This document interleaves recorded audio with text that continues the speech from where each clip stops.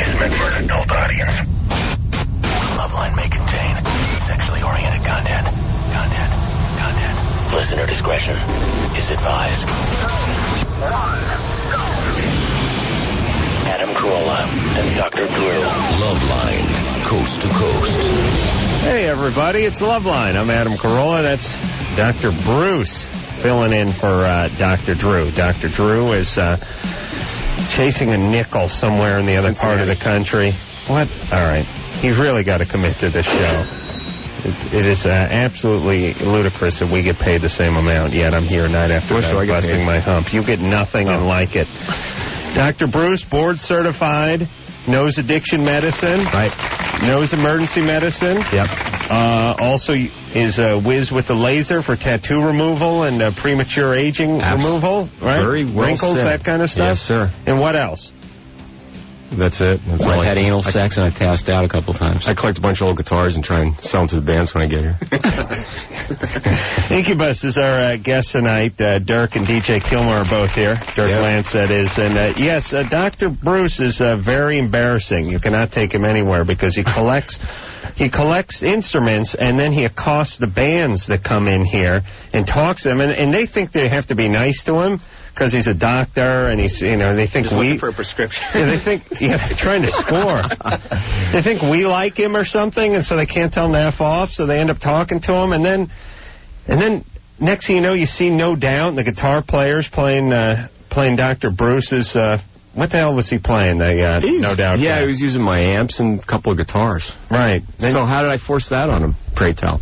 Just quiet down, and we're over at the drag races 2 weeks ago in Pomona, and we run into Michael Anthony from Van Halen, and there's Bruce talking Michael Anthony's ear off, and we ended up leaving him at the drag races because he wouldn't leave Michael Anthony alone. Hey, he was very interested in the guitar, and by the way, if you've lost my phone number, you can always contact Loveline if you're interested in the one-off Rickenbacker. Yeah, Dirk came in here and he goes, bass player. He goes, what hand are you? What hand do you play? Incubus is, we're going to hear something off the new CD, Morning View, or not so new CD, but medium new CD, Morning View, and tell you about some tour dates and all that stuff. Everyone's from Calabasas, right? Oh, I am. Is everyone? Who else? No, I'm not. I'm the only one that's not. Where are you from? I'm from a small little town on the east coast of Pennsylvania called Dillsburg, Pennsylvania. Oh. It's like central Pennsylvania, Amish country. Yeah. Yeah. Chris is pretty Amish. I'm pretty Amish, yeah. I went to a Quaker school out there when I was in kindergarten or something. And then you moved out here when? I moved out here in end of 95. October 95. And the band was already together, obviously. Yeah. By then, how'd you get hooked up with them? They had a previous DJ who they had a falling apart with, so they got rid of him and called me up through I was in a whole bunch of different bands, and I knew a manager guy. He called me up, said, hey, I got this lawyer that wants to call you. Is it cool? I got a gig for you. I was like, cool. And he calls me, and then 5 minutes later, Mikey calls me, our guitar player. I go and try out with these guys, and we sort of clicked right away, right? That's 4 years later. Yeah, 4 years later, I'm here. How do you try out as a DJ? Well, how does that work? I think I went in there thinking that I got to show them what I got and how I can fit in with the band and everything. But it was more like, does this guy chill with us? And he's got the talent, I guess. But it was more like personality-wise. Yeah. Do I fit in with them? Because we got to live on a tour bus pretty much 10 months out of the year together. Right. So I think they're more of the mindset, can we get along with this guy? Right. We can maybe mold him and see if he works out, and if he doesn't work out, we can fire him later, but can we get along with him right now? Yeah, I think it's probably something that a lot of bands could have looked into a little bit earlier. And speaking of Van Halen, when we were talking about them earlier, I mean, you got to live with these guys, and you got to live with them when they're really high and drunk, and in extremely close quarters. Well, Michael Anthony's famous for playing bass with one hand and drinking with the other. Yeah, so yeah, they each had their identifying habits. Hey, you got a bass with a cup holder on it? Oh yeah, actually, I saw you guys. I was trying to recover from my System of a Down experience, and Saturday you went to, Dr. Bruce went to Vegas with System of a Down. Why did you go to Vegas? Yeah, but why? Again, they thought they had to be nice to you. Right? Were you in here when they were in here last? Possibly with my laser. Actually, the girlfriend's like my laser, so the guys have to company. Yeah, the laser is an actual laser. That's not a euphemism for his penis or anything. It actually has a laser. A laser?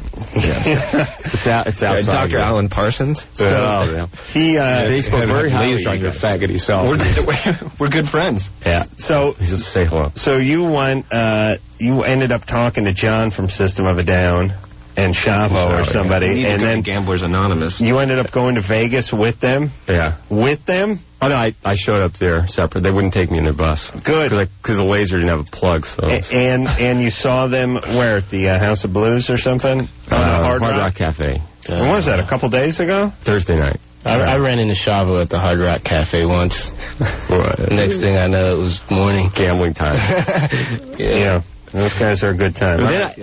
So Saturday night I was just trying to recover and watch TV, and I see these guys with Britney Spears on something or other. TRL. Yeah, that was kind of weird. I think she was scared of us. She was. No, it wasn't scared. It's like, you ever seen a look on somebody's face when you ask them a pop quiz question and they have no idea because they didn't study? Right.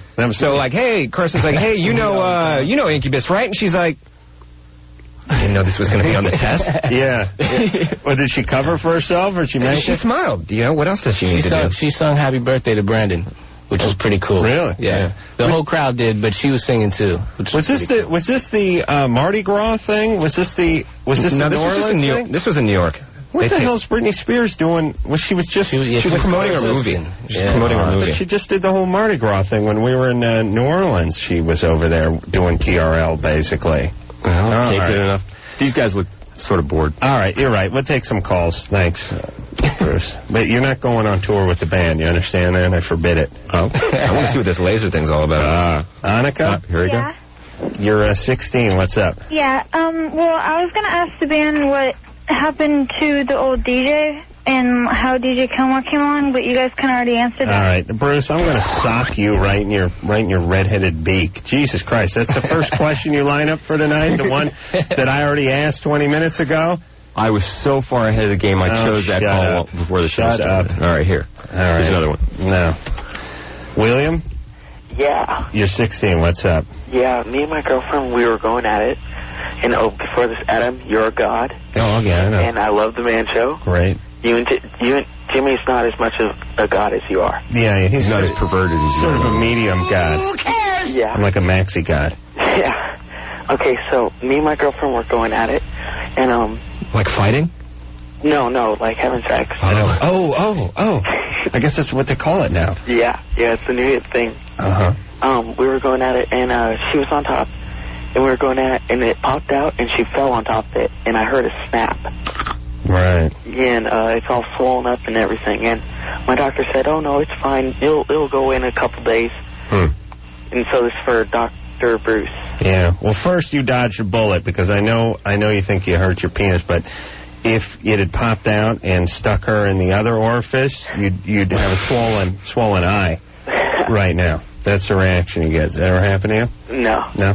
Okay, you can fracture your penis, and yes, and if you had your doctor examine it, I assume he's qualified and determined that you didn't have that kind of an injury. So you can have swelling and not have the fractured penis. It's pretty obvious to a physician examining you if that's the case. What fractures? Well, you have the corpus cavernosum. You have the part of the penis that the blood goes into to cause it to mess and to cause it to be hard. And if you apply too much pressure, and if the pressure increases too much, it actually explodes or breaks or pops. Yeah. So that's something that requires urologic consultation, sort of a urologic emergency. It's like that movie Scanners, except for it's your penis. How long ago did this happen?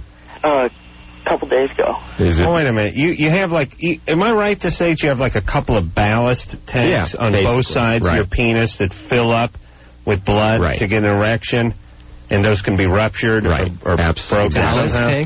No wonder the submarine euphemism, Yeah. Yeah, it really is. It's a couple of tanks there that you pump blood into, and they fill up, and then it's a periscope, basically. All right, so he's fine. He had his doctor look at it, right? Probably wasn't a urologist. If it remains swollen and painful and he's unable to have an erection, you should go back. William? Yeah. Go to a urologist, all right? Okay. Hey, you guys? Yeah. I just called up right now. Yeah, all right. I know you guys wanted to hear what he had to say, but believe me, if you've done this show for 7 years, you don't want to hear what he has to say. Just thinking about that. Never good. Is painful. It's just never good.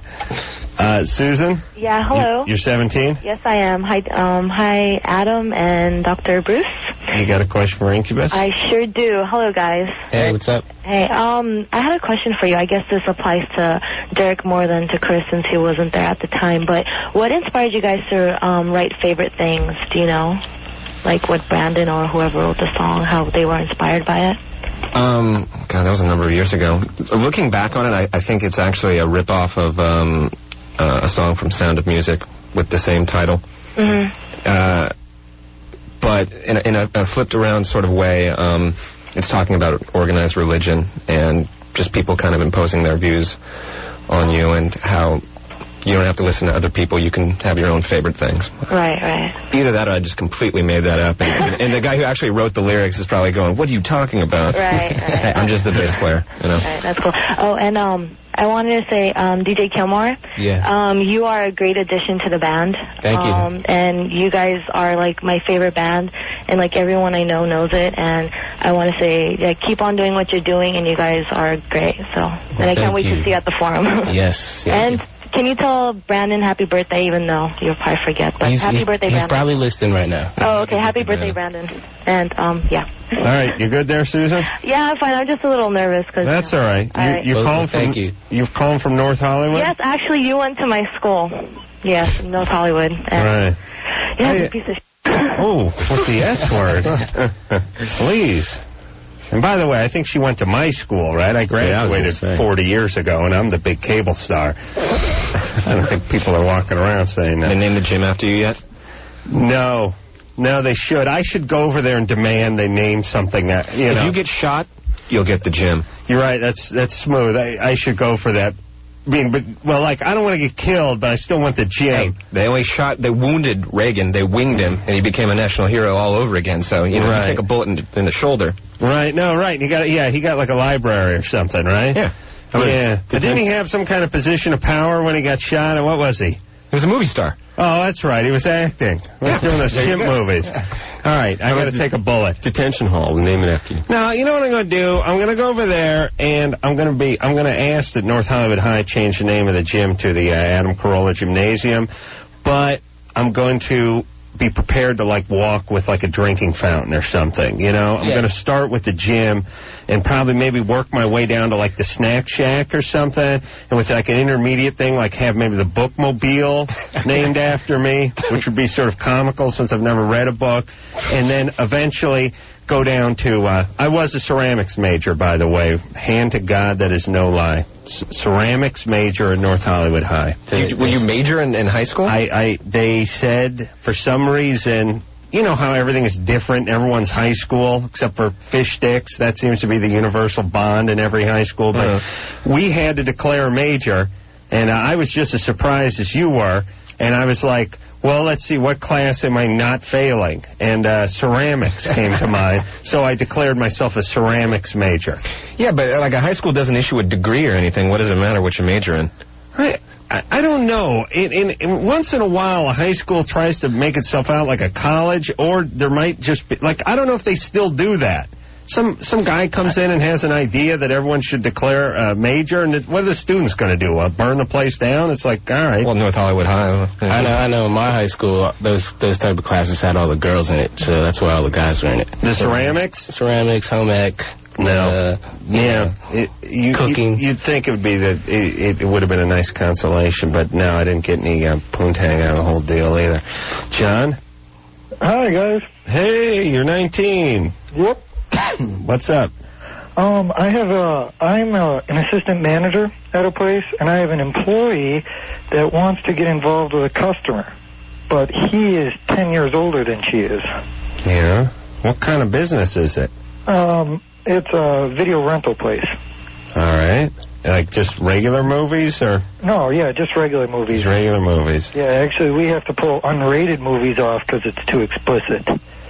I see. Yeah, and you guys, and you have a regular customer who comes in there? Yeah, and she's 18, and he's 29, okay? Right. But she just got over she was like this good girl type, and now she's going into this like wild type person. Yeah. You're 19? Yeah. Are you in love with her?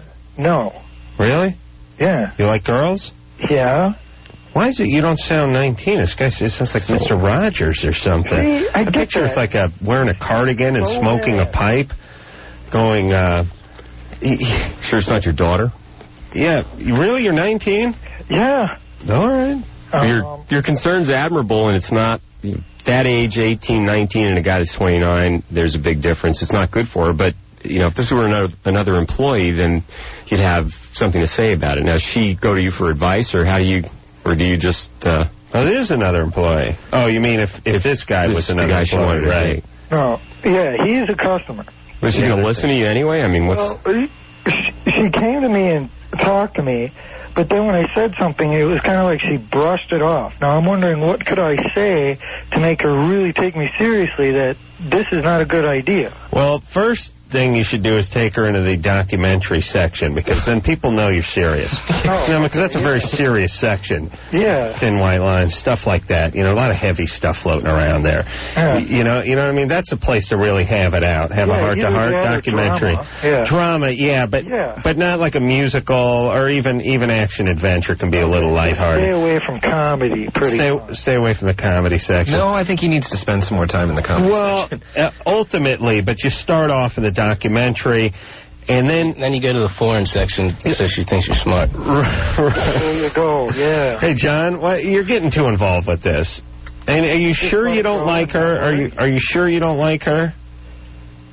Yeah, I'm pretty sure I don't like her. It's just, I don't want to see her get hurt. Who are you dating right now?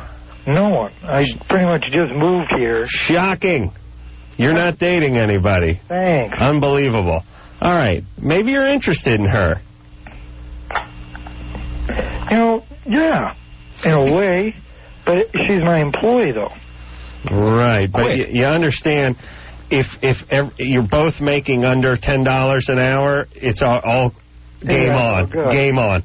Yeah, people are like this. Well, there's a conflict of interest because I'm her supervisor. Look, you're making $8.50 an hour. She's making $7.75. You're wearing a paper goddamn hat and a smock. But this isn't what we're talking about here. It's Michael Douglas banging Demi Moore on the desk of the corporate room, in the penthouse of the... No, you guys are working at an Arby's. Don't worry about it. This is what it's... This is the only perk of this crappy job. This is how you meet women. This is your only gig. I don't think she's going to take any advice from John. Maybe he could get her to call here. Hey, John? Yeah? You like her, right? To a point. Yes, to a point. And now you just blew into town. You're new. Yeah, somewhat new. Yeah. And everything okay? Are you a virgin? No. No. What happened? You got laid once? What happened? I got. Yeah. Did you have a girlfriend? Yeah. Okay. Is that? That was in the other state. Right. Before Niagara Falls. She was Canadian. You wouldn't know her. Yeah, where are you from? He's in Minnesota now. Yeah. I'm from Wisconsin. Ah, there you go. There you go. All right. Yeah, that explains it all, don't it? Right. John, get her to call. Together. Get her to call Loveline, because she's never going to take advice from you. She could tell in a second that you probably like her. Why don't you ask her out? He works with her. That's no big deal. It's a video shop. She's 18. She could. This is nothing. What do you think? She won the lottery to get this crappy job? Can't go out unemployed. Hey, John. Mm-hmm. These video shop jobs, there's too much downtime. Remember, you guys sit around talking all day, getting weird, right? Mm-hmm. You're getting too involved with her life. I say you ask her out. Why not? All right? Yeah, just shoot for gold? Yeah, why not? All right? All right. All right, buddy. So where else are you going to find a date, right? Yeah, so what should I do about this guy, though? Well, you ask her out first. Okay. All right. And if he wants to date her and she doesn't like you and she wants to date him, that's fine. That's none of your business. So just pretty much stick out of it and let her live it? Ask her out first and then get out when she doesn't want to go out with you. All right. All right. All right? Thank you. All right there, buddy. All right. Good times. Hey, what's the big rental this week? Probably going to be Don't Say a Word. Uh-huh. Has that new Britney Spears movie made it in yet? I think it should be in like Wednesday. That's out in the theaters. Oh, yeah, I'm saying, but I don't think it's long for the theaters. I think yeah, I don't see it staying out too long either. All right. All right. Take care. All right. All right. All right. If you find that movie Youngblood, that hockey movie, set it aside for me. Great movie. It's a great movie there. Yeah, a lot of places don't carry that. John? Yeah, how's it going? Good. You're 25? Yeah, I got a Incubus that's going on. Dr. Bruce, how you doing? What's up? Yep. Hey, basically, I got HPV, and I had 2 questions about it. Mm-hmm. That's the warts, right? Yep, got the vapors there, man. Basically, I was wondering, does a condom protect against that for the other person? Well, with HPV, it's ubiquitous amongst the sexually active young population. Everybody that's sexually active is essentially exposed to it. Druce says that. Druce says that every time, which just makes me think he's got warts. I have warts. The problem is it's hard to know when you have it. Is that me? Yeah, that was you. Jesus Christ. Very hard to know when you have it. Using a condom is not going to be as effective because it's in the secretions. It's very easy to transfer. Oh, well, wait a minute. Using a condom is going to help quite a bit, isn't it?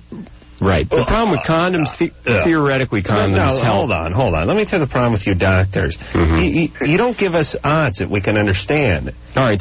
Wearing a condom would greatly reduce the risk of getting warts or passing warts on, wouldn't it? But in studies... Wouldn't it? Yes. Okay, well, let him know that. Okay, it will reduce your risk. Well, look, you guys don't want to... If it's anything more than 1%, you guys will put the kibosh on it. It'll be like, no, don't do it. But people want to know where they are. Right. In studies of condom use, the average is about 25% of the time they're not effective, whether that's due to the individual's lack of experience in using them or they're coming off or whatever it is. Maybe the penis is too small, who knows. But condoms are... Maybe it's too big. Something... What? Here, go ahead. And then a lot of individuals don't use the cream. When you use a condom, you have to use the... Bruce, what's happened to you tonight? Something happened. You want to just go take a leak or something and come back, shake it off? No, you're falling apart.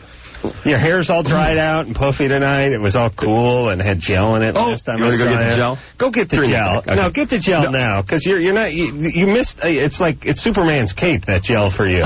You had confidence. You had a swagger. Now you're back to dry head and you're falling apart. Oh. Get some of that gel in your hair and come back a new man. We'll take a break. All right. Okay. All right. So let's tell John that wearing a condom would help quite a bit, but there's no guarantees that it's that's going to prevent him spreading the warts to his partner. But of all the STDs, yes, there you go. HPV is enough for you, Bruce. Okay. I'm sorry. You know why? Because you won't agree with a goddamn thing I say. Hey, you're a prick. You just go.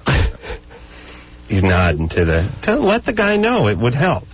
I did right from the start, but I told him that this is a case of a virus that is extremely, extremely contagious, and most women don't know they have it, right? Right. Yeah, so what's it going to hurt? She's probably got it already. You can't you get ovarian or cysts and cancer? Well, cervical cancer. Cervical, that's what I meant, sir. It's good enough. Listen, go get your gel. I mean it. Get the gel. You need that gel. The old Bruce with the dry head is not working. This is one of those nights when Adam picks on me, and why is there other nice kind of no? There are nice nights. No, he came in here the other night. He had a handful of pomade in his hair. You are an asshole. And he was swinging like a pendulum, and he was a very confident man, and he was doing his job. But tonight he's all over the place. He's the old Bruce tonight. I want to see the new Bruce again. Go find him in the parking lot. Get some of that I'm not gel. going down that part. There's too many Incubus fans out. Do you have any gel, though? I don't think so. I think the gel's at home. Rough day today. We're going to go to the drugstore and get some. I'm going to whip something up. What are we going to do about your hair? How dare you attack me in front of my legions of fans this way?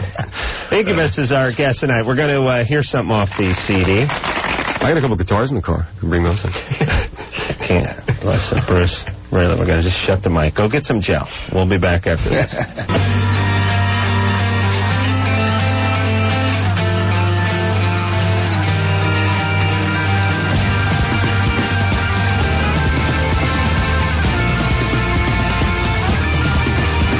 Hey, everybody, Loveline. I'm Adam Carolla. That is Dr. Bruce with the dry look, everybody. Went and saw this band. Chickada, mugada, mugada, chickada, chickada, mugada, mugada, chickada, chickada, mugada. This is what you saw in Vegas, right? Yeah, absolutely. Mugada, mugada, mugada.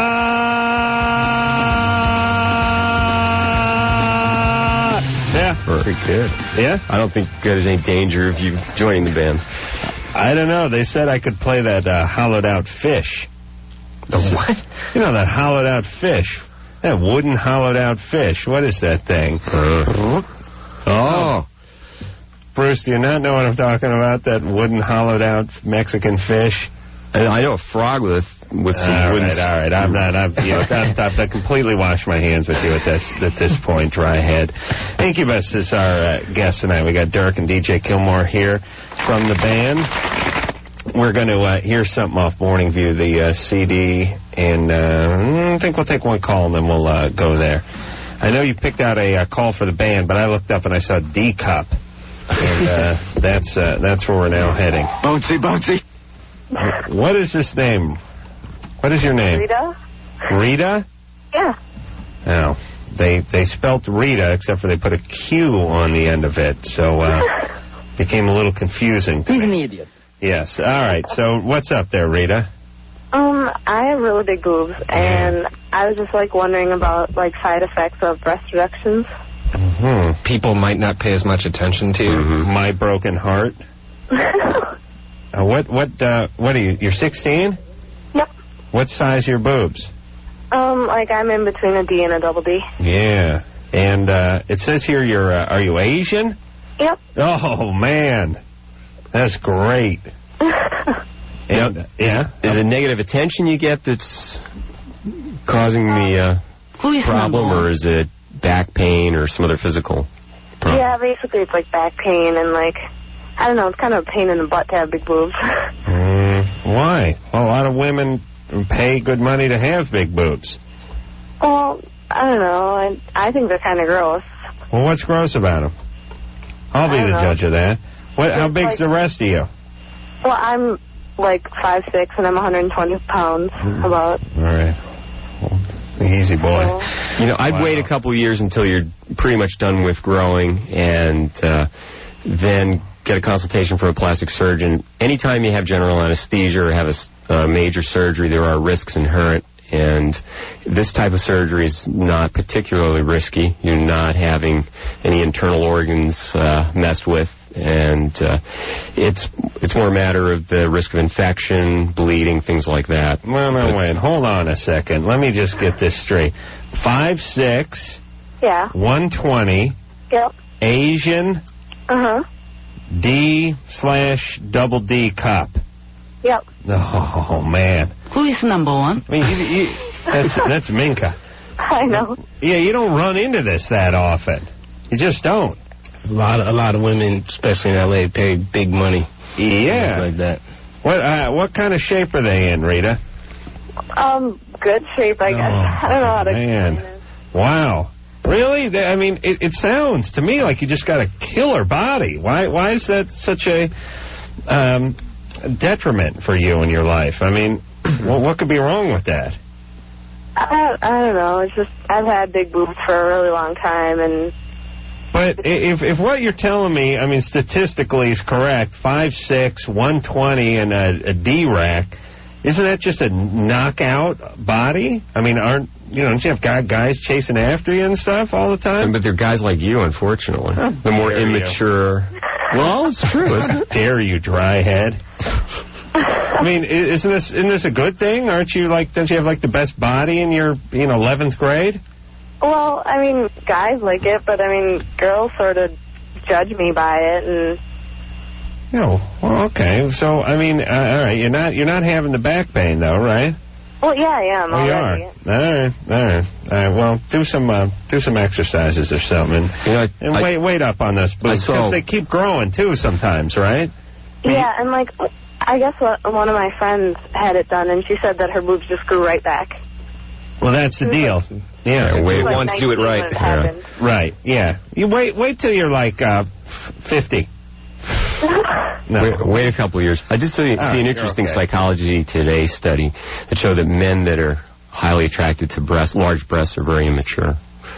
Yeah. So I just thought I'd pass it your way. Right. But immature. Yeah, but here's your choice is immature or gay. What? So I'm going with immature. Anytime. That's right. Fantastic, boys. We're all immature. Bruce is gay. Nah, if you're sitting there talking to her, you're staring at her chest versus the guy that's looking in her eyes and paying attention. Okay, but let me just make this argument before we hear the Incubus song. You know, you always hear about how shallow it is, us guys who like the big cans, how we're some kind of retarded Neanderthals. But what is the difference between a tight ass, a flat stomach, a great set of legs, or even beautiful full lips or high cheekbones? Why is that so different than a big rack? It's just another aesthetic feature to a woman that has nothing to do with her personality. I mean, why is it if there's a woman who has a nice flat-chested, if you're into her, hey, you're a real mature guy. But if you're into the chick with the big rack, you're some kind of Guido from New Jersey who drives an IROC Z. Why? It's just a physical thing. You didn't ask to see her IQ or look at her test scores either. It may even go beyond just a physical thing. You know, everybody gets men who are into big chests get labeled like, you know, animals, that kind of thing. But if you think about it, might that not be? I'm looking to help you out here. Might that not be a sign of of general health and well-being and nourishment and, you know, a good family, like being able to raise a kid? Right. You want to suck some silicone out of there. Nourish yourself. I don't know where the hell I was just going with that. I'm not sure either, but I've said to Drew many a time, who's a fan of the flat chest as well, or at least claims to be for the sake of his radio image, puss, that look, what's the main difference between a man and a woman? It's the cans. I mean, yeah, you got the genitalia, and then number two is the cans. I mean, you take a look at a guy, you know, with a little extra weight on him, and a girl with an A cup, and that chest looks about the same to me. I want as far different from a guy as I can find. The bigger the boobs, the more the woman, the more man I am. Thank you very much. I rest my case. Guido from North Hollywood. 100% in this. Very good case. All right, let's hear something from Incubus. Yeah, you got your kid up there, Anderson. This one is called "Nice to Know You." There we go. There you go, Incubus. Everybody, we're just talking about how the nature of man is generally evil during that song, and we all concur on that one. Dr. Bruce is here, filling in for Dr. Drew with his big dust mop head. Give me a hat. Get a hat or get something. Why? You know what you should do, Bruce? Just go out and go to the car and pull the dipstick out and drag it along your head or something. I mean, you got to get something going on that head, because we're not going to make the night this way. You understand? Okay, Guido. All right, spit that gum out. Let's come back with a new attitude, all right, buddy? Shut up, Carolla, hairy bastard. Who is that? Is that Brandon? Hey, who was that? That's the voice in the sky. Oh, it was Stryker from K-Rock, son of a bitch, and MTV, I hear now, too. All right, we'll take ourselves a little break, and we'll be right back after this. It's Loveline. I'm Adam Carolla. That is, who is this debonair young? Is this James Bond that's sitting next to me? Well, it's Dr. Bruce. Hey. He went into his car, and he got himself a big tub of, what'd you get? What'd you get out of there? Gel? Dippity-doo. Yeah, some sort of gel. Yeah, Anderson actually had a tub of dippity-doo in his car. I fear he uses... Kidding with the dippity-doo. What's he do with that stuff? I think he beats off with it. I've never seen that before. Never seen it in his hair, but it's really, I feel like Monty Hall tonight, because I announced we need some dippity-doo, and 10 minutes later, Anderson goes out to his car and produces a little tub of dippity-doo. So he's a real friend to me, risking your scorn by Bruce, put a little of that dippity-doo in your hair. You want some? What if it reacts to this other stuff? No, you'll be fine. What do you think? Your head's... He already looks like he just got out of the pool. Your head's going to catch on fire? I'm pretty desperate for a job that doesn't pay me anything. Dirk Lance and DJ Kilmore are both here from Incubus. Morning View is the name of the CD. We'll hear there you go, Bruce. Looking good. The wet look. Confident man now, right? No, that's good. That'll do it. All right, let's. You and our drummer would go good together. Up back to he uses dippity-doo. Yeah. Well, I'm available for gigs. Yeah, oh, he's got the look, yeah. There's no doubt about it. Eugene? Hey, guys. Hey. Hey, Adam, you are a god. Yes, thank you. I'm calling. I have 2 questions for Incubus. Whatever. All right. I love you guys. I mean, like, some mornings, your music is the reason I wake up, so thanks a lot. And, Thank you. You can change that by not setting us as your alarm clock. Yeah, I was wondering how to fix that.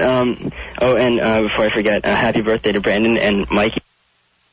Okay, anyway, I have 2 questions for you guys. One is, if you look at, like, the lyrics for Science and Fungus Among Us, and then, like, as it progresses towards Make Yourself and Morning View, it seems like it's gone, like, from social commentary to something, like, you know, more introspective. So was that a conscious change, or did it just happen, like, did Brandon just start writing about himself more than, like, the world? I think with anything, practice makes perfect, and Brandon has been through a lot since, and I think he's gotten more comfortable. I think starting out it's a lot easier to write about something else and not about yourself, and then when you get more comfortable with what it is that you do, you can turn inwards. Well, also, Eugene, when you come from the mean streets of Calabasas, right. you got a lot on your, on your mind. You know? Oh, yeah, I know. I have to take the long way home from school every day because otherwise I'd get beat up. Oh, yeah, you're Calabasas too, right? Yeah. Jesus, that high school over there looks like a country club to me. Putting out winners at that place, huh? Jeez, I guess. Is that place up off? Is that off of like Topanga or Mulholland or something? Yeah, it's Mulholland. Jeez, every time I drive past that, I look at that and I want to burn North Hollywood High down. Why do you ever drive past that? Sometimes I go down to the beach that way. I go take Topanga or go on. Got a nice stretch of highway there, and I just look at that school and I go, Jesus Christ, this is a public school? So nice. Yeah, I'm thinking of transferring there. You can get your gym named after you there. Yeah, I'd probably get a gym. Hey, actually, you know what? I want the key to that damn city, or at least a get out of jail or speeding ticket free card, because we helped put that thing on the map. And you put Calabasas on the map, and it's probably going to be like the next Seattle, like music scene, Who knows? Yeah, Orange County or. I just want to. If I get pulled over, I want to be able to say, "Hey, it's me," and they'll be, "Oh, it's you." I'm not so sure. Do they still hand out the key to the city, or is that something that doesn't go on anymore? Remember when guys used to get the key to the city? The Deftones got the key to Sacramento, but it's Sacramento, so right. Yeah. Only on special occasions do they break out the key. Hey, Eugene? Yeah. All right, so you go over there to go to Calabasas High? Actually, I went to Calabasas last year. This year I go to Agora, but, who's a stinker from there? Whatever. So. Right. All right there, buddy. Well, enjoy your life up there in the hills. Yeah, I had another question. All right. Okay, when you guys recorded, minus Chris, recorded Fungus Among Us when you were 16, right? Yes. Yeah, Yeah, 16 to 17, yeah. Like, I'm in a band right now, and, in a couple of years, we're going to be going off to college, and I was just wondering, when did you guys make that choice that you want to, dedicate your life to music and, not pursue whatever else you guys wanted to do? Well, I personally left and went to college and decided to stay close enough so that I could still play with the band and get an education, so if the band thing didn't work, I could, Where'd you go to college? I opted to stay at UCSB. Oh, really? Yeah. Oh, a gaucho. Yeah, getting an education up there. Huh? Yeah. Here's how you roll a joint. Wait, there's too much barley. That cake's going to explode. You can't make your own beer that way. Go to school. You can always and pursue your music at the same time. And if you're gonna get a chance to do a record deal, my dad did a really good job of explaining. He said it's like the chance to play professional sports. If you get the opportunity, you take it. But otherwise, you get an education. All right, Eugene. Thanks, guys. Take care. Stay off the dope. Yeah, stay away from the dope. Leave that for the pros. All right, let's talk to James. James. Hi. You're 20. Yeah. What's up? Well, seems like lately, and not so lately, maybe 5 years, since the last time I've actually had a girlfriend, I've had real difficulty talking to girls in general and just making connections. 5 years, so 15 you had a girlfriend? Yeah.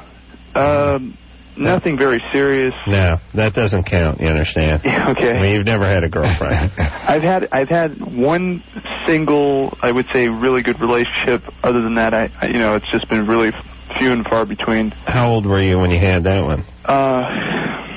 Probably 11? 13, 14. 13, 14. Yeah. Yeah. Hey, James? Yeah. You really, I hate to sound like a prick, but you can't even count that. You can't say my last relationship was 13. Right. Yeah, that's not a relationship. Yeah. All right. It wasn't even, it wasn't very serious. All right. Are you a virgin? Yes. Okay. Where are you going to meet girls? I don't really go to meet girls. Yeah. Do you go to school or you work, and what are you doing? I go to school. I go to a university. But see, I don't go to the social there's many thousands of places you could go. You know, you could go to the library, the best spot. Yeah, the cafes and the restaurants and all that. But I guess I just have a real social identifying problem or something like that. Paxil. Are you a good student? I'm a pretty good student. Yeah. Yeah. All right. You got any male buddies? Male buddies? Buddies. Oh yeah. Yeah, I got a couple of friends. Do you drink at all? No. Are they no problem right there? Yeah. Are these male guys? Are they part of the Nerd Patrol, or are they okay guys? No, they're actually I have a pretty ragtag bunch of friends. Not really like one specific group of college buddies. There's a friend in my other city that I used to live in. There's my roommate. All right, James.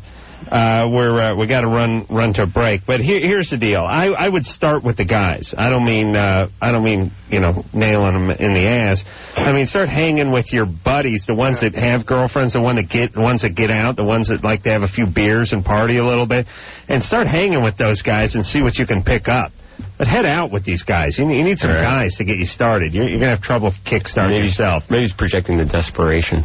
Oh, I'm sure he is. Pick that up, then it's all over. All over. Ask Bruce. Well, ask the old Bruce with the dry head. Well, Incubus is here tonight. We'll take a little break. We'll be right back. It's the Loveline. I'm Adam Carolla. That is Dr. Bruce. Rico Suave is filling in for the old dry-headed Dr. Bruce. What happened to Rico Suave? Gerardo. Yeah. Just the general term Rico Suave seemed to be around a lot about 5-6 years ago, and that was Gerardo. That was 10 years ago. Mm-hmm. Was that 10 years ago? That was at least 10 years ago. That was almost 10 years, yeah. No, it can't be at least 10 years. It was 10 years ago. It might have been like 89 in the late 80s, right?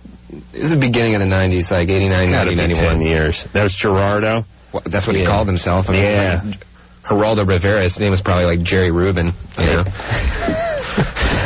Wait a minute, Jerry Rubin's the head of the JDL. Oh, it's Irv Rubin. That's right. All right.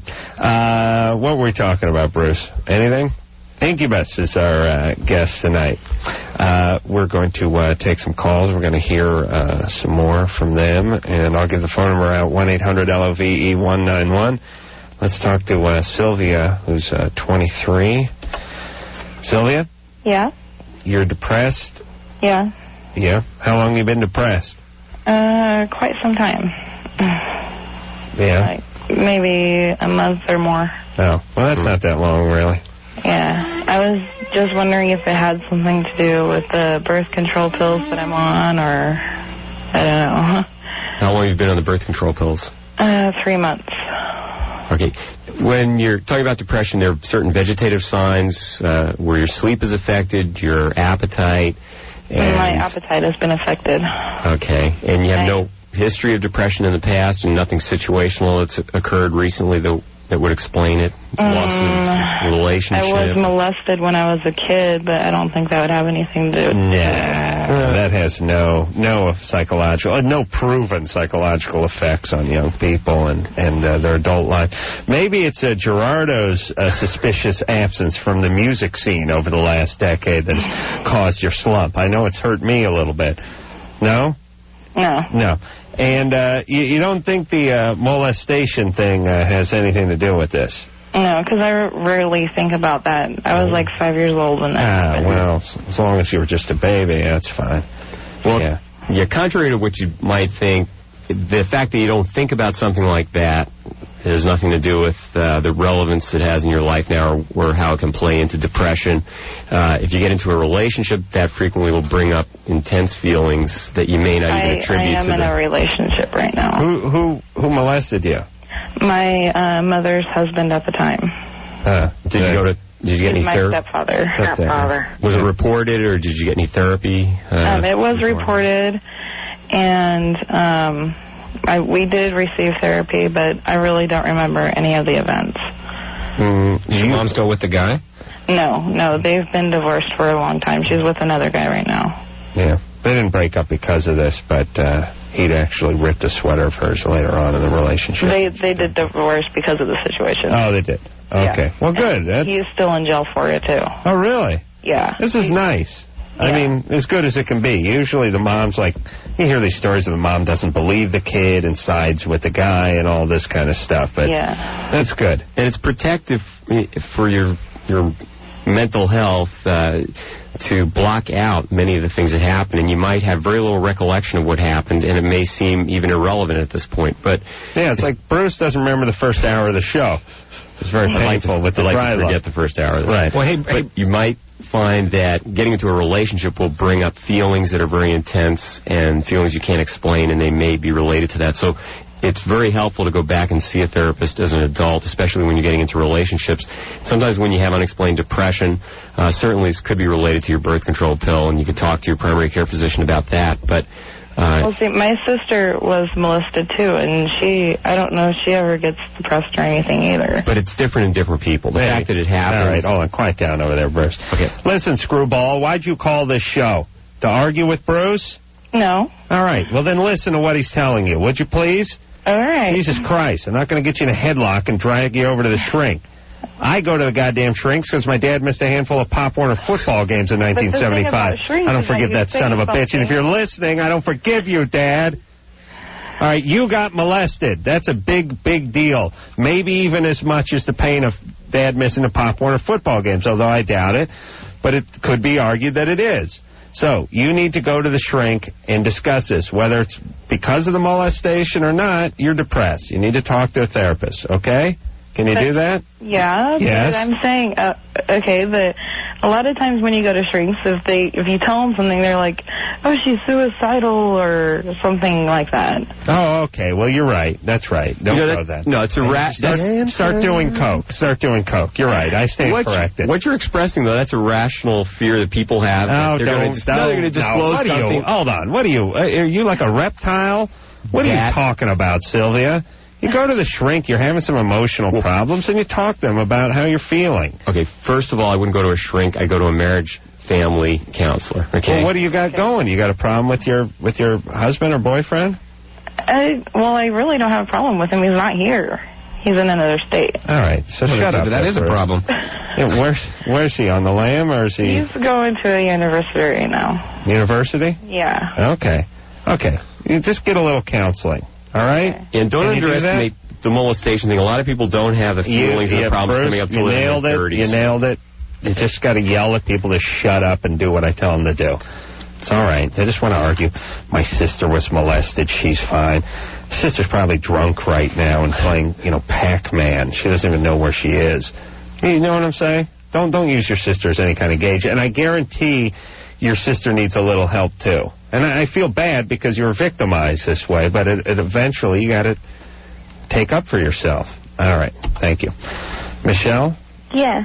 Oh, stepdad. What a lovely human being comes into the family. Hey, you got a couple of 5-year-olds? Great. Fantastic. Me? Fantastic. Now, you know, I learned from this show that over 90% of step-parents molest. Maybe 98, 99%. Everybody who calls this show. Yeah. Yeah. Bruce, wait a minute. You're stepdad, aren't you?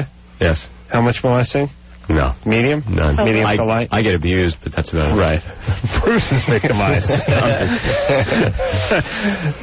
Brillo head, make us some cocoa. Oh, they just took my... Mock Schnell. They took my Camaro recently. Oh, really? Bruce, you're on the skids. You have an IROC? I have an SS 96. He wishes. Well, I can't use the hair stuff when I'm driving the car. All right, quiet down. Michelle? Yeah. You're 17. What's up? I was wondering... Hello? Yes. We're here. Okay, first of all, I'd like to say, Adam, that we're going to get married, okay? Because you're so sexy. All right, when is that? I'm going to put that down. I got to tell my sister I'll leave a weekend open. All right. Dirk, I wanted to know if, because you never took lessons, so I was wondering how do you handle it, like writing the music and everything. And what's the musical process that you go with everybody to go through with, like, the band members and everything? I pretty much just tie them up and stick a bass in front of them and say, play this. I took lessons. I took lessons for 6 or 8 months, or maybe, I think about 6 or 8 months. How old were you? 13. Wow. Cool. What's funny is I go and I visit the guy who taught me how to play bass now and again, and he teaches kids our songs. So it's oh really? Yeah, it's a really funny thing. I think just we all write songs in different ways. I think that just you just have a natural ear for music and start playing certain things and think of a melody and kind of go with it. So do you need to go to a teacher to learn how to play bass? Do you? Was that the question? Yeah. I wasn't paying attention. And wait, my other really? question? Sort of. Wait a minute. Do you want to play the bass, Michelle? Me? Well, yeah, I wanted to play guitar, and I'm going to and everything. And right now I'm really nervous, and I have one more question. All right, but okay, so go to a teacher if you want to learn to play the guitar. Okay. But was it hard for you? Like, because you're really good. Like, I just wanted to let you know that you were, like, the bombest person I've ever heard. And besides, like, a whole bunch of people. Whoa, that's good. But, like, was it hard for you to transition through it and everything? No. I mean, we've been in this band for 11 years, so I started out and I was very, very bad at it. And after 11 years, I'm 11 years better. Okay. And after another 11 years, I would hope to be a little bit better, too. But you just got to get started and realize that no one, unless you're Mozart, no one starts out and just is amazingly good at whatever it is they do. Okay. And my other question is, there's, like, an extra verse in Drive and, like, the Kill the Bee to Crush the Hive or whatever. I was wondering why it was left out. What? There's an extra lyrics, like a couple extra lyrics in the song Drive, and I was wondering why they were left out. Are there extra lyrics in Drive? Yeah. Yeah, I think they're the hidden lyrics. If you play the CD backwards, you hear them. Really? I think so. Oh, all right, then. Yeah, I wouldn't worry about it. It's nothing profound.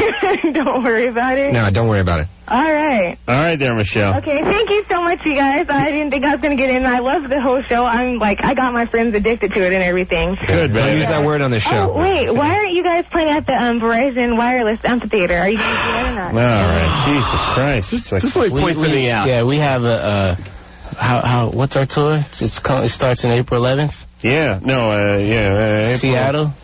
Portland. April 11th, it goes on to July 3rd, and it's all over the country. It's all arenas. It's big spots. That answers her question, because we're playing arenas, not amphitheaters. Right. Yeah, they want to play open. What were you going to say, Bruce? Just notice, females that call that want to marry Adam, males that call Adam's my God, watch it.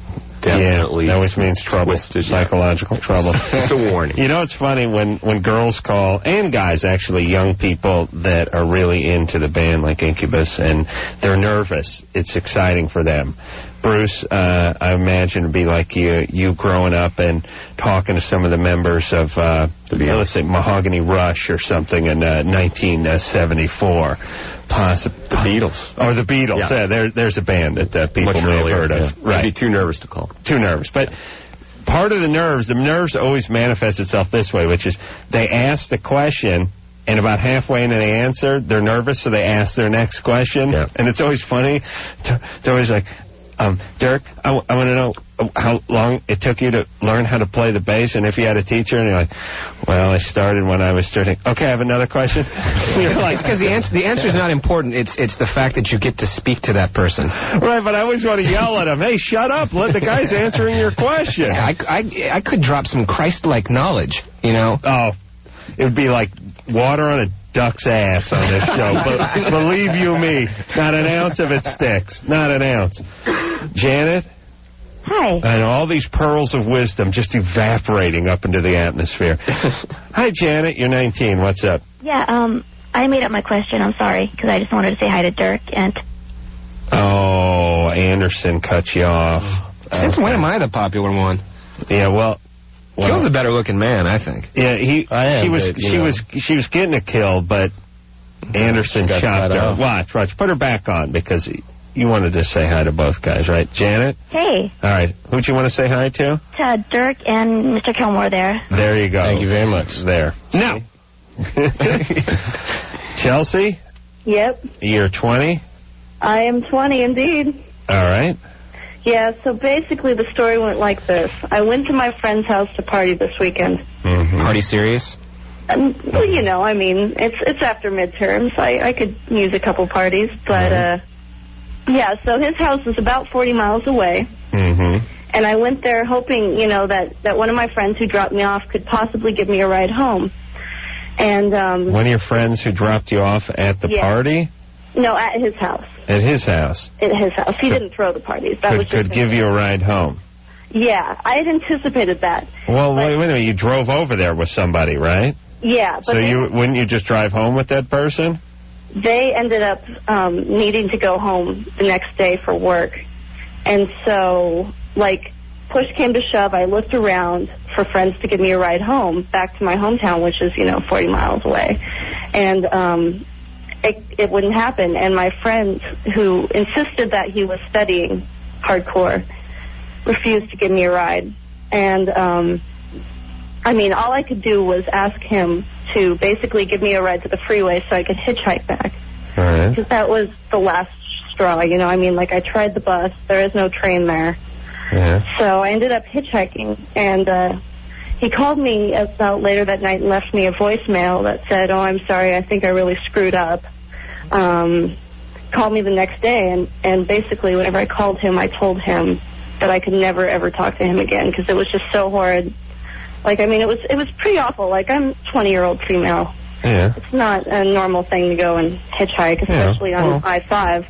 What was your connection to this guy? Were you dating him, or? No, he's just a friend of mine, but we've been friends since childhood. We went to high school together in our hometown, and, I'm attracted to him, but we weren't dating. Yeah, well, there you go. Well, why didn't you just sleep over there if you couldn't get a ride home? I had classes today, and it was pretty important to attend. Well, and I'm wondering... Hold on, I'm wondering where your car is. I have none. All right. Well, this is what happens, by the way, when you're 20 years old and you have no transportation. You have to rely on the kindness of strangers.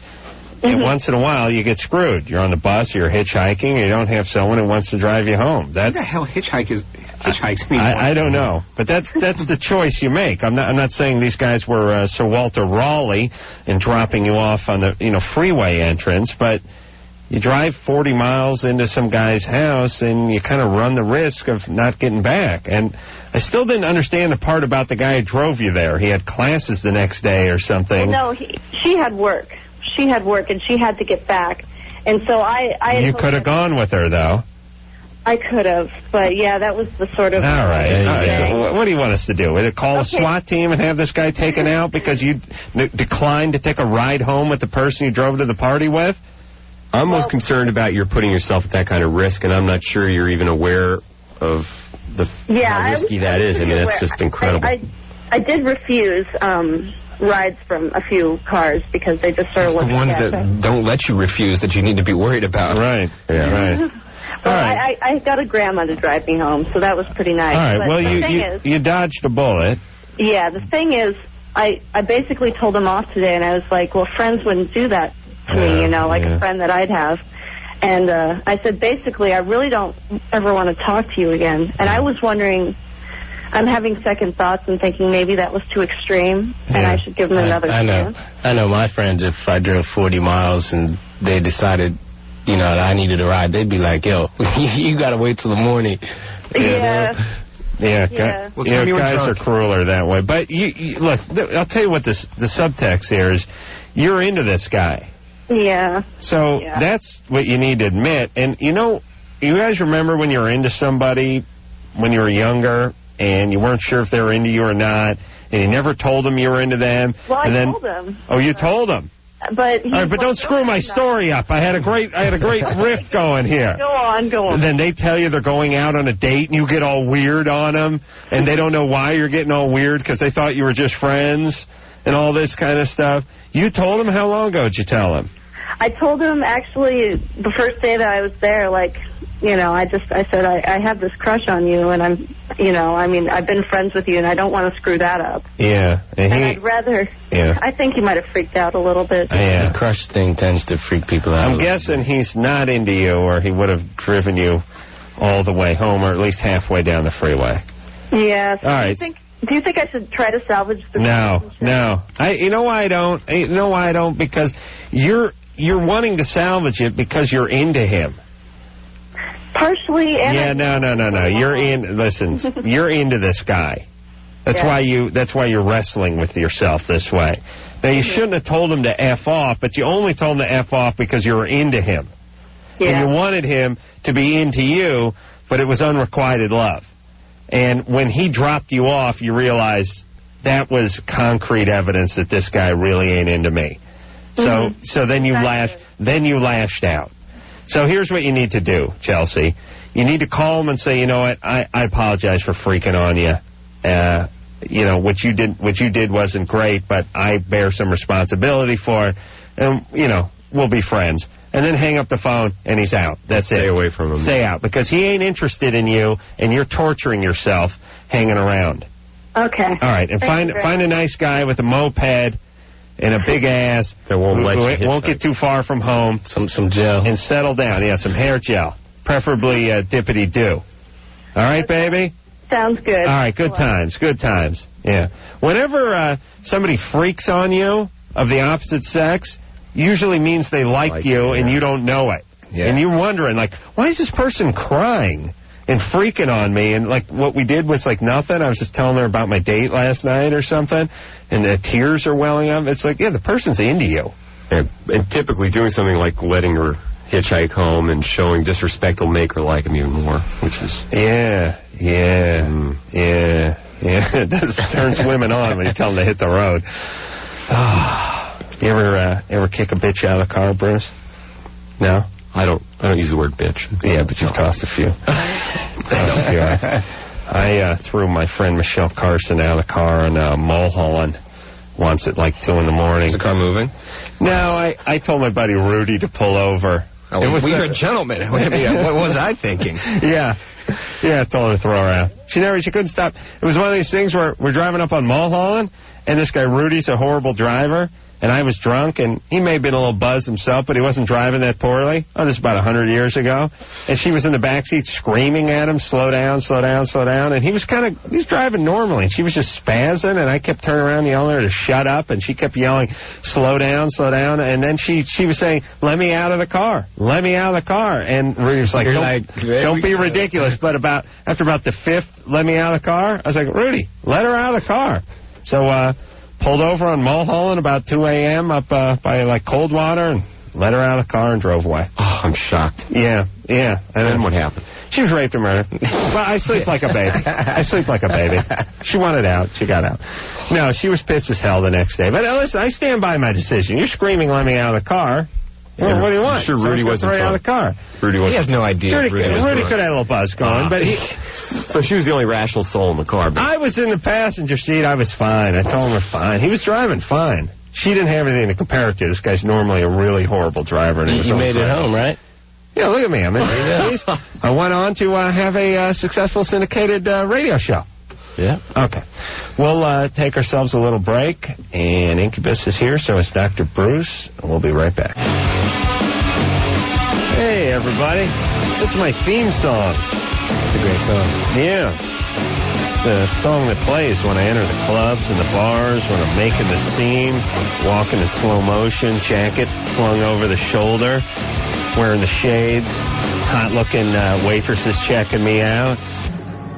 When you're masturbating. But here's the song that's going on in everyone else's head. And that's the only downside to my song. It's only in my head. Don't you wish you had it going on I'm Gonna Get You Sucker, where you had your own band following you around everywhere with your own theme music? I'd like a mariachi band to just go in before me and sort of set the vibe. Yeah, announce my arrival. Eventually people would start catching on that when the mariachi and the guy with the huge guitar came in, it's like Adam can't be far behind. You need a herald from medieval court, some guy with a trumpet who just walks in and starts blowing. Yeah, and then he opens a scroll and it says, "Hear ye." Yeah. On the 22nd of September, this day of our Lord, that kind of thing, and then I make my entrance. But to more trumpeters heralding. With like some flower bearers. With my, yeah. Like coming to America. Right, and my crest hanging from the horn. What would you have on your crest, just out of curiosity? Like most people have like an animal, and what would you have? I think it would be some like water-soluble lube. You know, maybe not a brand name because I don't know if there's copyright problems with that. And like a cot, you know, like a prison cot. You know, something simple, something folksy. How indicative. There's some serious psychology going on that one. California Youth Authority sort of vibe. That's what you got going on. That's right. People know us keeping it real. Not a bunch of griffins and castles and things like that, but, you know, more North Hollywood vibe, you know, sort of humble vibe. All right. You going to do all that for your reunion? Oh, yes. I got, you want to do that, right? I have a high school reunion coming up in, like, 6 months. 10 year? 20-year reunion coming up. And, I think I'm going to hire the folks. You know, maybe the mariachi, maybe the trumpeters, but I want to make a grand you're going to get revenge there, I bet. Yeah, I want to show up on one of those, stretchers that the big guys carry on their shoulders, you know, and I sit there, like, drinking out of a chalice or something. I just went to my 10-year. Oh, really? What was that? Oh, man. Oh, that's good, though. Yeah, but I got real drunk. Was that in Pennsylvania? Yeah. You should have showed up in the stretch navigator with like Motley Crue style. Yeah, I got a ride. It was right by my house. I could have walked there. So I got a ride. I got somebody to pick me up. Now, were the people hip to the fact you're an Incubus? Yeah, everybody knew. We went around and said what we did, and everybody was, you know, tow truck operators and electricians and things like that. And I was like, I'm in a band. I still do the same thing I did 10 years ago. I drink beer and have fun. And, you know, so you were what else do you say? You're definitely the star of the reunion, though, right? Yeah. So I got everybody else drunk. Yeah. Was it a big school? No. So maybe it was just under 100, I think, in my graduating class. Oh, really? Yeah. The whole school was like 400 and something. So you're definitely the belle of the ball. Oh, yeah. All right. Well, like I said, I'm cornfields and Amish people. All right, let's take an Incubus question, actually. Wait a minute, Eugene? Yeah. Didn't we already talk to a Eugene? Not the same one. Oh, Jesus Christ, there's more than one Eugene out there? That is scary. What's going on, Adam? Hey. Hey, I'm a big fan of you, a big, huge fan of Incubus. And I just had a couple of questions for Incubus. No math. First, who in the band still surfs? I know someone surfs in there, because you guys are always singing about the beach and the ocean. And Mike, Brandon, and Jose. Okay, right on. They're all hippies. Hey, I'm in Santa Cruz, man. Oh, actually, you're the king hippie. Yeah, you're hippie, too. Right on. Dirk, you went to UCSB and you didn't surf there. There's tar from the oil rigs. You don't go in the water up there. Oh, yeah. No, very, very true. Been on that beach at Isla Vista many times and sat rubbing. The only thing that takes it off is like petroleum oil, acetone or something like that. But you lose a little skin too. Yeah, that's true. All right. My God. Also, my other question is, there's a CD before Science. I don't know what's it called. Fungus Among Us. Dude, that CD is off the hook. Oh, actually, there's two of them. Some of the funkiest songs on there, like Shaft. Shaft is one of my all-time favorites. Shaft himself wrote that song. Isaac Hayes. Really? Yeah. No. Hey, Eugene. Yeah. You smoke a little weed up there at Santa Cruz? Without a doubt. Yeah. You have to. They run you out of the city, right? Exactly. It's almost legal here. Oh, yeah. You know, who told you that? There's a hotel down here in downtown Santa Cruz where you can legally smoke it in its perimeter outside.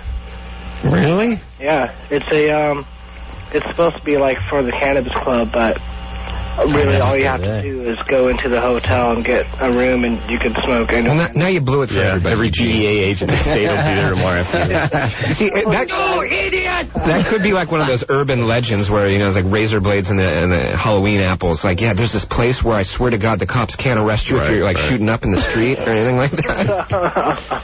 Hey, I just learned from having a couple of cops on this show not too long, these movies, that if you were propositioned and you asked the chick, like, are you a cop? Or she asked the John. She had to tell you. Are you a cop? I always thought they had to say it. Like in all the movies, when the prostitute asks the John, hey, are you a cop, man? If they're a cop, they have to say it. No, they don't have to say it. I thought they did. That's what I thought. Apparently you don't. So see what we didn't learn? That's what Hollywood will do to you. Yeah. You focus on these things. Yeah. There's a cop conspiracy. Yeah. I don't know if that's something you grow up with in Amish country, but out here it's a main part of our learning process. Yeah. How to pick up a whore. Sure. All right, Sally? Yes? You're 14? Yeah. What's up? Hi. I was wondering where aqueous transmissions came from because honestly, I cried. I'm sorry. No, don't be sorry. That was a pretty interesting track for us, obviously. Mike actually got a weird instrument called pipa from Steve Vai. Oh, yeah, he worked with Bjork. Yeah. Wait, Steve Vai? No. Or Mike?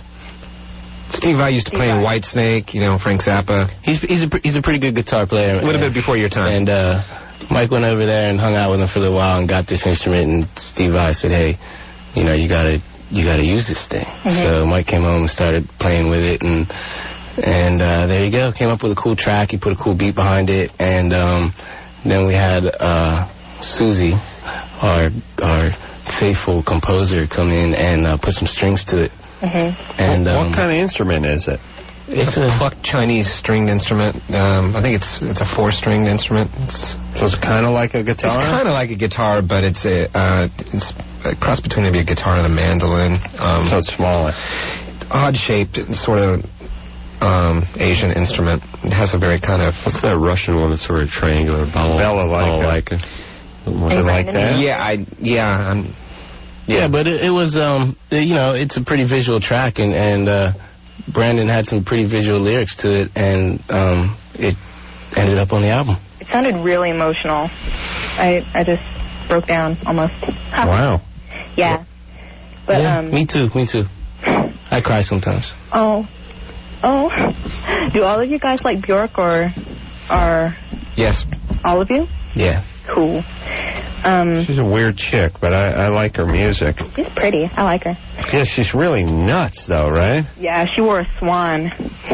That was pretty interesting. Look, I met her once, and she had like some little battery-operated thing that was like hooked up to her that she claimed was energizing her or doing something. I mean, she's really super weird, not just kind of funky, like artsy weird. Not Silver Lake artsy. No, not. Not artsy weird. Well, artsy weird times like it's legitimate.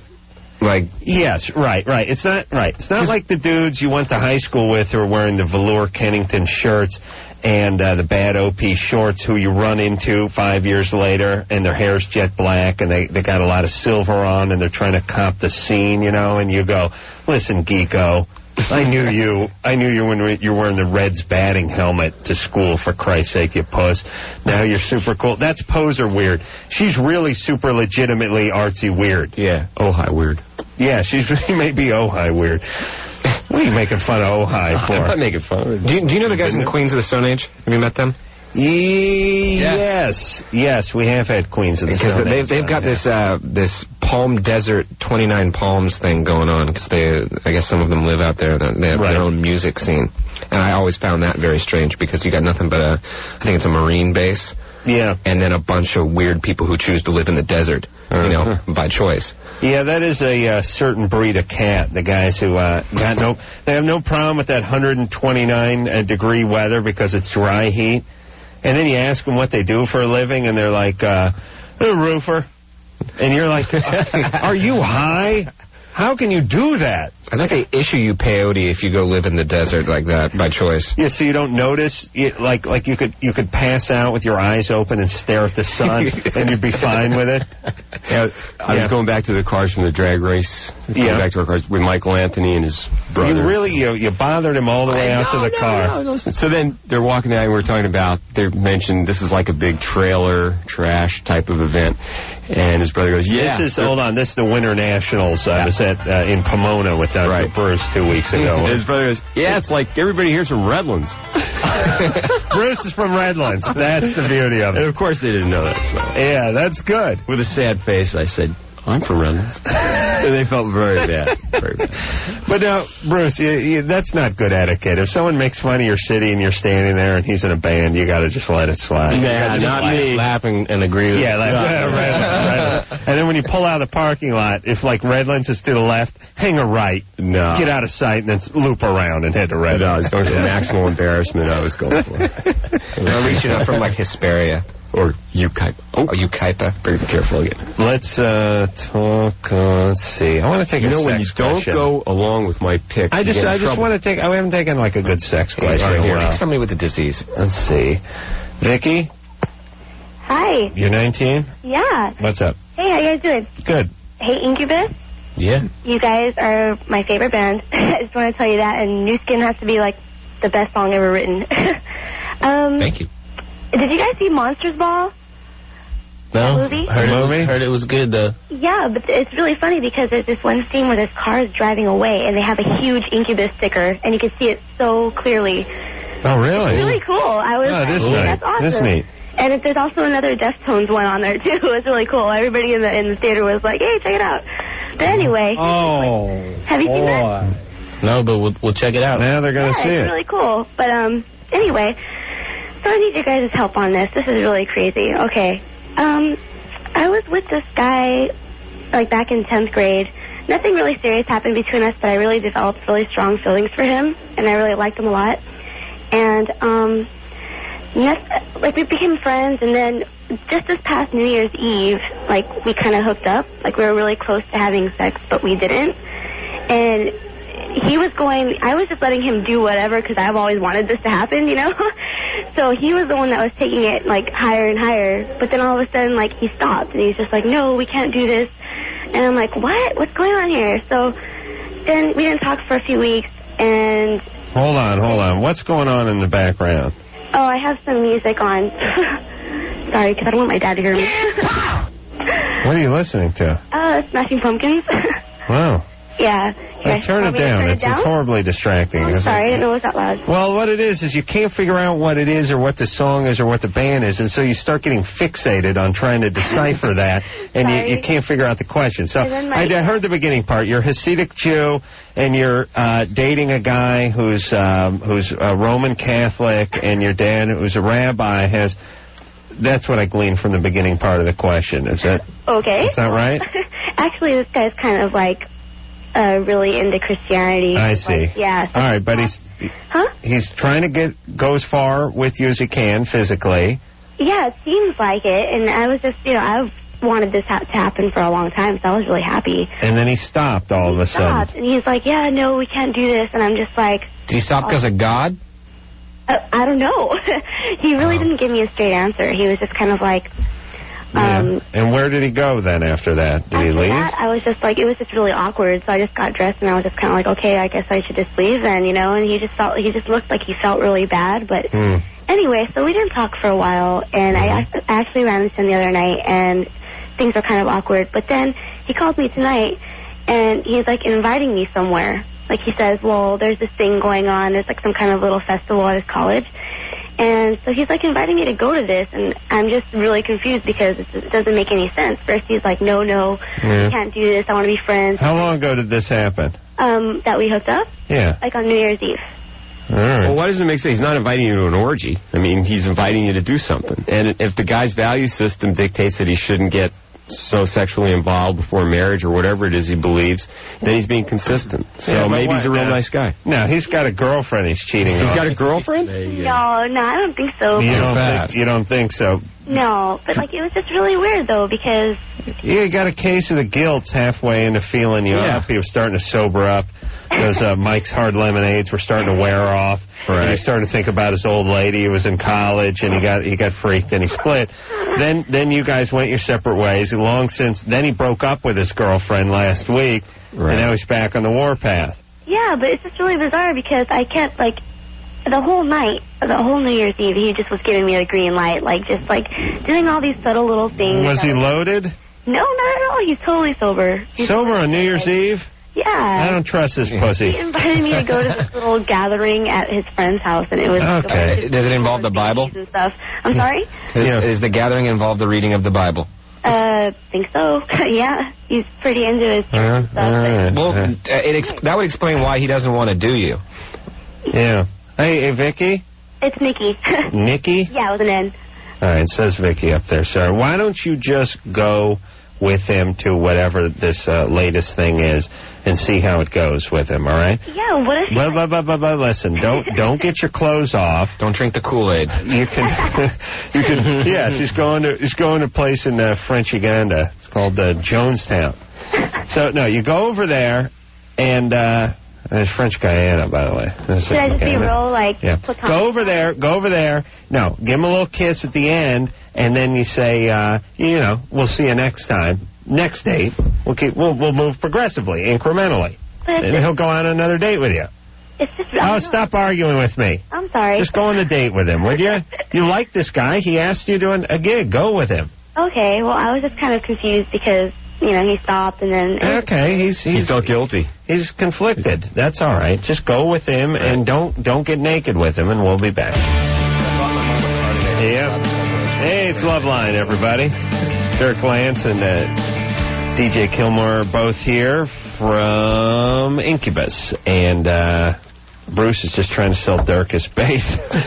It's beautiful, though. $10,000 he wants for this thing. You can do that. You guys have a website or something for Loveline, right? I don't know. Yeah, well, technology. Adam will tell me his email address, much less. Well, one thing's got nothing to do with the other, but you can, I'm sure you could put that up there and get many just sell it on eBay. Buco Dolores. You put that on eBay, and every wing nut and kook emails you for pictures for his collection of pictures of guitar. Well, you put it up with a picture. Left-handed Rickenbacker. What is it? What year is that? 68. All right. They only made one. Try to get McCartney. Who else is a left-handed bass player? Well, I haven't gone other than McCartney. Is Geddy Lee left-handed? I thought he was, but I've seen a picture of him playing right hand, unless it was maybe ambidextrous. Yeah. Could be. All right, we will, I think we're going to hear an Incubus song, yeah? If part of one. So. Yeah. I'm going to have to cut a little bit short. Part of it? Why? Because look at the time. Oh. Well, skip it. We'll talk. Then. We'll just talk. We'll get knocked off air. All right, well, don't play it. I'll just plug the CD. Play in the background while you guys talk. Plug the CD, play quietly. Yeah, play in the background, yeah. Morning View is the name of the CD. Oh, and here, look how appropriate. Yeah, the tour starts on third. You can find them on their web address, www.enjoyincubus.com. And off that, you can find all the dates for the concerts and stuff like that. Andrea? Yeah? You're 18? Yes. What's up? Well, I have a question for Incubus. Here they are. Hey guys, I love your music, and I'm looking forward to seeing you in Portland. First of all, I know you guys lived in the house in Malibu when you were recording Morning View, and I wanted to know what that was like and how it influenced your album. It was like a fraternity without the knuckleheads. No, it was beautiful. It was probably. It was the most memorable experience of my life. It was cool because you could be in a house instead of a recording studio, and when you're in a house, you have the conveniences of a house. You can get up at 4 in the morning when you're got a great idea and go and turn your instruments up to 11, and any time of the day, just be creative. If you weren't creative, you could go out to the swimming pool, go down to the beach, go in the back. How long were you there total? 4.5, yeah. So you just rented the house out for that whole period, huh? Wrote and recorded an album 4.5 months. Wow, that's pretty good. Yeah, it was such a good experience. I don't think that we'll go back to a recording studio anytime soon. But, normally, you hear a lot of bands recording. They do what, I guess, Led Zeppelin did it in a castle or two and that kind of stuff. But writing the songs, you normally don't get the house. Do you? That was pretty cool. Who sprung for it? The label? It all comes back out of our pockets, so... Oh, it's nice you guys to spring for yourself that way. We got each other on the back. The record label give you a budget. We looked into it, especially Dirk and Mike really looked into going into a house as opposed to going into a recording studio, and it worked out pretty much even. Did the house have a recording studio, or did you have to set one up? It was set up for a recording studio. It had like a master control room where we brought in all of our gear. Right. and it had a huge concert rehearsal room. It was set up for strings and stuff like that. But, but this guy lived there, and so we kind of did it on the fly. Just put microphones in front of all the instruments and run some gear up there and record a record. I mean, it's all about how good your songs are. Right. The technology, you press play and record on the computer, and and you can hear the atmosphere of the house in this album. It's definitely apparent and influential in this album. Wow, that must have been just a great experience. Yeah, and Malibu's so nice. Where was it, Malibu? On Morning View, so right at Zuma. Oh, we could see the beach from, we were... Is that the album cover? Actually, there's pictures of the house inside the album, and that's pretty similar to our view. Wow. We were actually a little bit closer to the beach than that. Yeah. All right, hey, Andrea. Yes? Are you all right? Yeah, I was just listening to you guys talk. All right, baby. What can you tell me about the song Warning? I love that song. And, what's the inspiration? They got to tell you next time they come on the show because we got to go to break. We're out of time. Okay. All right? Thanks. Thanks for calling. Bye. All right, we'll be right back to wrap up with Incubus.